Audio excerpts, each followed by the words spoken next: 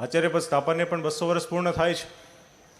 શ્રીજી મહારાજે વિક્રમ સંવત 1882ના કારતક સુધી એકાદશીના દિવસે અહીંયા વડતાલમાં જ પોતાના બંને ભત્રીજાઓને દત્ત વિધાન કરીને પોતાના સ્થાનની વિશે આચાર્ય પદની સ્થાપના આપણને કરીને આપી છે. બેદેશ ગાદીની સ્થાપના કરેલી છે. આ શ્રીજી મહારાજે સ્થાપના સંપ્રદાયના વિભાગ માટે નથી કરી, પણ વ્યવસ્થા માટે કરીને આપણને આપી છે. ત્યારે ઉત્તર દેશથી નરનાણદેવ ગાદી હોય કે દક્ષિણ દેશથી વડતાલ ગાદી હોય, આ બંને આપણા માટે ઈષ્ટ છે. જેટલા પ્રિય આપણને શ્રી નરનારાયણ દેવ હોય એટલા જ પ્રિય આપણને શ્રી લક્ષ્મીનારાયણ દેવ હોવા જોઈએ. તો જ ભગવાન આપણા ઉપર રાજી થાય છે, કારણ કે ભગવાનની આ ઈચ્છા છે. ત્યારે વાલા ભક્તો, આ સંપ્રદાયના તમામ ધર્મના મુખ્ય કાર્યો શ્રીજી મહારાજે આચાર્યશ્રીને સોંપેલા છે.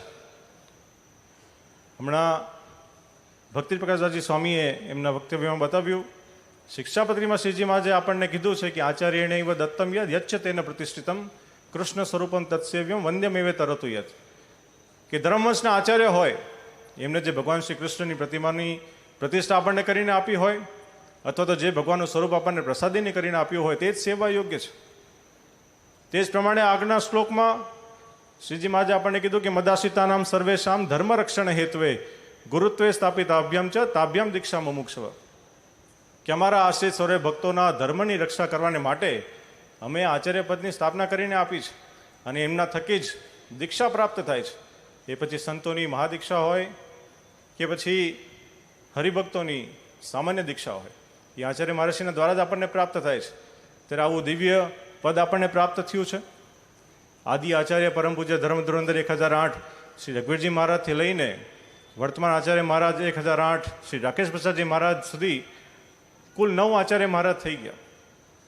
અને 9 આચાર્ય મહારાજશ્રીએ પોતાના જીવનમાં શ્રદ્ધા રાખીને, નિષ્ઠા રાખીને, વફાદારીથી લક્ષ્મીનારાયણ દેવની ખૂબ જ સેવા કરેલી છે.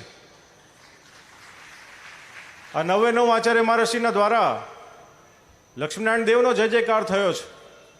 આ 9 આચાર્ય મહારાજશ્રીના દ્વારા આપણને હજારોની સંખ્યામાં સંતોની પ્રાપ્તિ થઈ છે. આ 9 આચાર્ય મહારાજશ્રીના દ્વારા લાખો હરિભક્તોએ ગુરુમંત્ર પ્રાપ્ત કરી પોતાના ભગવાનના ધામમાં ગયા છે.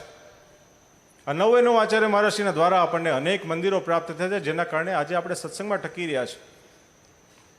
ત્યારે આ પદના દ્વારા આપણને જે કંઈ આપણે પ્રાપ્ત થયું છે એ ઋણ તો કોઈ દિવસ આપણાથી પૂર્ણ નહીં થાય.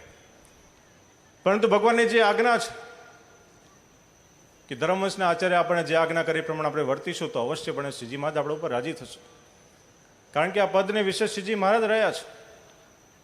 સદગુરુ શ્રી નિષ્કળાનંદ સ્વામીએ પુરુષોત્તમ પ્રકાશમાં લખ્યું છે, શ્રીજી મહારાજ સ્વયં બોલ્યા છે કે ધર્મવંશના આચાર્ય જ માય રે સદા રહ્યો છું મારી ઈચ્છાએ રે. કાજે એ છે અમારે ઠેકાણે રે, એ તો પ્રવીણ હોય તે પ્રીછે રે. આ શ્રીજી મહારાજના વચનો છે. ત્યારે વાલા ભક્તો, આવું પદ આપણને પ્રાપ્ત થયું છે.